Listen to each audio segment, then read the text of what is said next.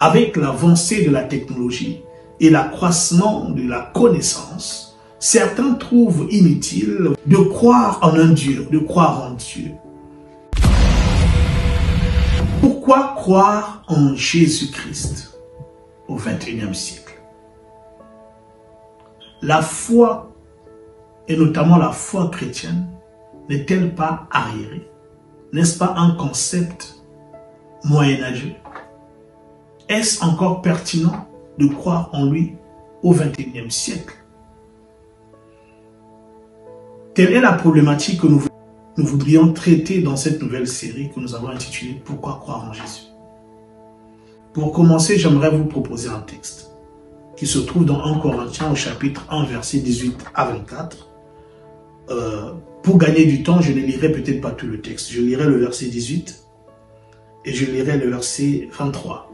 Mais je vous encourage vivement à lire tout le texte de 1 Corinthiens au chapitre 1, verset 18 à 24. Je lis juste le verset. Le verset 18 dit ceci. « Car la prédication de la croix est une folie pour ceux qui périssent.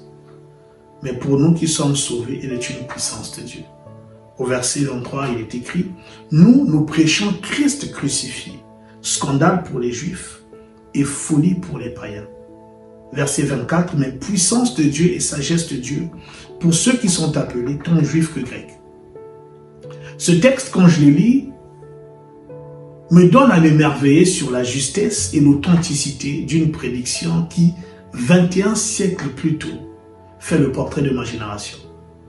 Nous sommes en effet à une époque où croire déjà en Dieu simplement, en une divinité, en Dieu, relève quasiment de l'ignorance. Avec l'avancée de la technologie et l'accroissement de la connaissance, certains trouvent inutile, voire un peu idiot même, je peux me le permettre, de croire en un Dieu, de croire en Dieu. Ça relève pour beaucoup de l'ignorance, que ceux qui croient seraient des ignorants. Et ce qui est dramatique encore, c'est que lorsque vous croyez, surtout si votre foi est en un Dieu particulier, ce Dieu que l'on dit être le Dieu des chrétiens seulement, ce Dieu qui pour sauver les siens s'est fait homme et a dû mourir, alors qu'il est censé être le Tout-Puissant, on vous traite tout de suite de fou. Alors on ne vous le dira peut-être pas, mais beaucoup le pensent. Beaucoup pensent que c'est de la folie, que de croire en de telles choses. Ce sont des balivernes.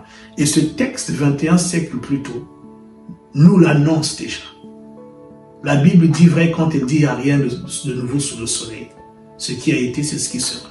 Il y a 21 siècles, c'était le cas. Aujourd'hui encore, c'est perçu comme de la folie que de croire en un Dieu qui s'est fait homme, qui est mort, qui est ressuscité, Jésus de Nazareth. Mais en son temps, l'apôtre Paul qui a écrit ces textes a lui-même été confronté à cela, pour dire que ce n'est pas une problématique nouvelle. Dans Actes au chapitre 26, versets 22 à 25, mais je lirai juste le verset 23 et 24, il est écrit ce qui suit. « Savoir que le Christ souffrirait sont les propos de l'apôtre Paul, et que ressuscité le premier d'entre les morts, il annoncerait la lumière au peuple et aux nations. Comme il parlait ainsi pour sa justification, Festus dit à haute voix, « Tu es fou, Paul, ton grand savoir te fait déraisonner. » Voilà quelqu'un qui était en train de se défendre parce qu'il avait été accusé. Et dans sa défense, il a dit beaucoup de choses. Mais quand il est arrivé à ce point où il proclamait sa foi dans la mort de Christ et dans sa résurrection, il a le gouverneur qui était là l'a traité de fou. Et c'est ça qui arrive aujourd'hui. Les chrétiens, ceux qui croient en Jésus, sont méprisés. Comment peuvent-ils croire en de telles choses? Ce sont des balivernes, ce n'est pas vrai. Mais bien aimés, j'aimerais vous rappeler ceci. Plus de 2,2 milliards de personnes croient en Jésus sur la terre. Et je ne pense pas que tous soient fous. Alors le bon sens voudrait que l'on se pose la question de savoir pourquoi croient-ils? Comment 2,2 milliards de personnes, loin d'être fous, loin d'être tous ignorants, peuvent-ils croire? Telle est la problématique que nous vous proposons et à laquelle nous voulons apporter quelques éléments de réponse.